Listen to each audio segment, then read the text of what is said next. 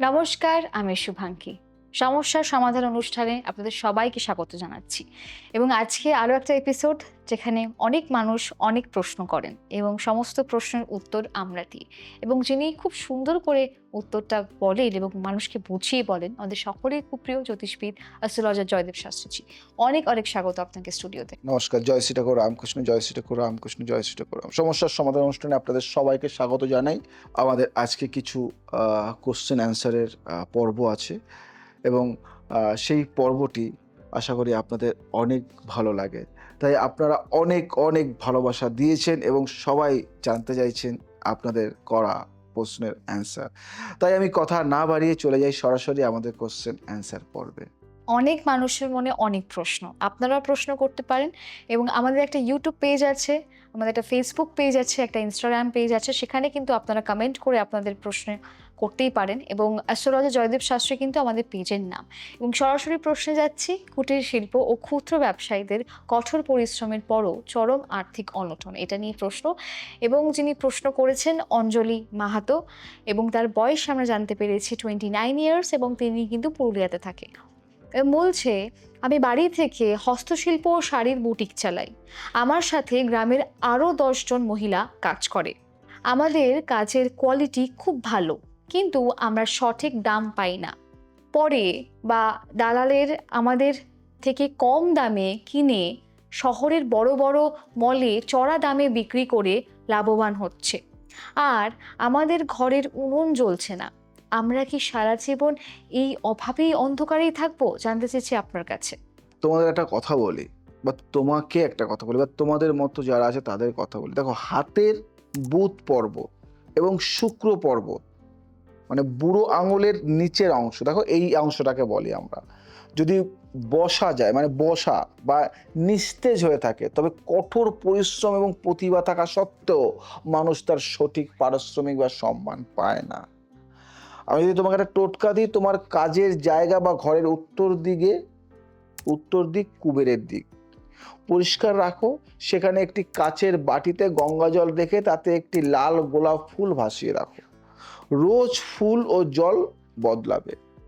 একটি বিশেষ টোটকা তোমাদেরকে দেব, প্রতি শুক্রবার লক্ষ্মী পুজোর সময় 5টি গোমতী চক্র, 5টি হলুদ কড়ি বা লক্ষ্মীর চরণে অর্পণ করে পূজা শেষে সেগুলি একটি লাল রেশমি কাপড়ে বেঁধে তোমার ক্যাশ বাস্ক বা যেখানে তৈরি মাল রাখান সেখানে রেখে দিন। দালালের চক্র ভেঙে সরাসরি বড় কাস্টমার তোমার কাছে আসবে। একটা কথা শুনবে, এই গোমতী চক্রের টোটকা করার পর কলকাতার একটি বড় এক্সপোর্ট হাউসের ডিরেক্টর সরাসরি ওনার পুরুলিয়ার কারখানায় আসেন এবং ওনাকে একটি বিশাল বড় এবং লাভজনক ডিরেক্ট অর্ডারের চুক্তি সই করান। এরকম অনেক ফিডব্যাক কাহিনী আছে, গল্প আছে, শোনাবো একদিন। এবং এবার আমাদের প্রশ্নটা হলো, নতুন স্টার্টআপ বা রেডিমেড ব্যবসা শুরুর পরেই তীব্র মন্দা ও কর্মচারীদের অলসতা নিয়ে আমাদের প্রশ্ন। এবং আকাশ সিং প্রশ্ন করেছেন, বয়স 32 ইয়ার্স, সল্টলেকে থাকেন এবং সেক্টর 5-এ। এবং বলছেন, আইটি চাকরি ছেড়ে নিজের একটা ক্যাফে এবং ক্লাউড কিচেন শুরু করেছি। বিশাল ইনভেস্টমেন্ট, ইন্টেরিয়র খুব সুন্দর, কিন্তু প্রথম 2-3 মাস ভালো চলার পর হঠাৎ করেই ব্যবসা ঝিমিয়ে গেছে। আর তার উপর কর্মচারীরা চরম অলস, কেউ ঠিকমতো কাজ করে না, খাবার নষ্ট করে, প্রতিদিন পকেট থেকে টাকা দিয়ে স্টাফেদের মাইনে আর দোকানের ভাড়া দিতে হচ্ছে। প্রজেক্টটা কি বন্ধ করে দেব, নাকি কোনো অলৌকিক পরিবর্তন সম্ভব? তোমাদের ছোট্ট একটা কথা বলি, নতুন ব্যবসায় সাফল্য বা স্টার্টআপের কারক হলো বুধ এবং কর্মচারীদের আনুগত্যের কারক হলো শনি। হাতের মধ্যমা আঙুলের নিচে শনি পর্বত যদি ব্যবসা বা কাটাকুটি রেখাযুক্ত হয় বা বসা হয়, তবে স্টাফ বা লেবাররা কখনোই টিকবে না এবং ক্ষতি করবে। তাই তোমাদের একটা টোটকা দিই, তোমার ক্যাফে বা অফিসের রান্নাঘর আগুনের জায়গাটি যদি ভুল দিকে থাকে, যেমন উত্তর বা উত্তর পূর্ব, তবে টাকা কর্পূরের মতো উড়ে যাবে। সমাধান হিসেবে প্রতি শনিবার দোকানে সামান্য কর্পূর ও ধুনো জ্বালিয়ে সারা ঘরে দেখান। কর্মচারীদের আনুগত্য বাড়াতে এবং মন্দা কাটাতে ক্যাফের প্রবেশদ্বারে ভেতরের দিকে একটি কাচের পাত্রে সামান্য সন্দব লবণ মানে রক সল্ট রেখে দিন। শনিদেবের কৃপা পেতে শনিবার কোনো গরিব মানুষকে সর্ষের তেলে ভাজা খাবার দান করুন। এটা করুন, দারুণ ফল পাবেন। আকাশবাবু, এই নুন ও শনির টোটকা করার মাত্র 15 দিনের মধ্যে তার ক্যাফেতে কাস্টমারদের আনাগোনা ব্যাপক বেড়ে যায় জানো। অলস স্টাফদের মধ্যে 2 জন নিজে থেকেই চাকরি ছেড়ে দেয় এবং নতুন শত কর্মঠ স্টাফ আসায় ব্যবসা এখন দারুণ লাভজনক। আকাশবাবু, এরকম অনেক ব্যক্তি আসে আমাদের কাছে, আমরা তাদেরকে অনেক টোটকা অনেক পদ্ধতির মাধ্যমে ঠিক করে দিই। ফ্যামিলি বিজনেস বা পারিবারিক ব্যবসায় আংশিক ধস ও পিতৃপুরুষের অভিশাপ, এটা নিয়ে প্রশ্ন করেছে। এবং প্রশ্ন যিনি করেছেন আমাদের প্রশ্নকর্তা দেবরাজ ঘোষ, বয়স 50 বছর এবং তিনি চন্দননগরে থাকেন, হুগলি। এবং বলছে, আমাদের 3 পুরুষের সোনার গয়না ও মিষ্টির বড় ব্যবসা আছে। চন্দননগরে আমাদের নাম ডাক ছিল, কিন্তু গত 1 বছরে অদ্ভুতভাবে আমাদের মিষ্টির কারখানায় পর পর আগুন লাগা, সোনার দোকানে চুরি হওয়া এবং ফুড লাইসেন্স নিয়ে আইনি ঝামেলা শুরু হয়েছে। আমাদের সাজানো গোছানো সব বংশানুক্রমিক ব্যবসাটা তাসের ঘরের মতো ভেঙে পড়েছে।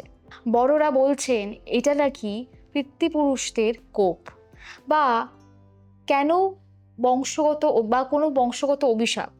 এর থেকে মুক্তির উপায় কি জানতে চেয়েছে আপনার কাছে। দেখো, জ্যোতিষ, হস্তরেখা, তন্ত্র, বাস্তুদের সমাধান আছে।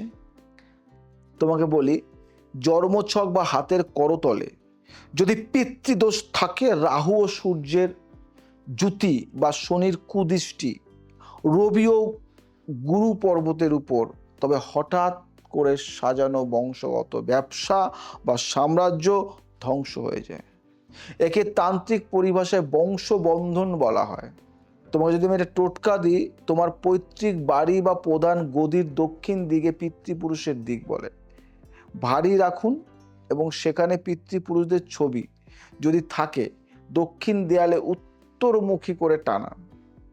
অমাবস্যার তিথিতে পিতৃপুরুষদের উদ্দেশ্যে কালো তিল ও জল তর্পণ করুন।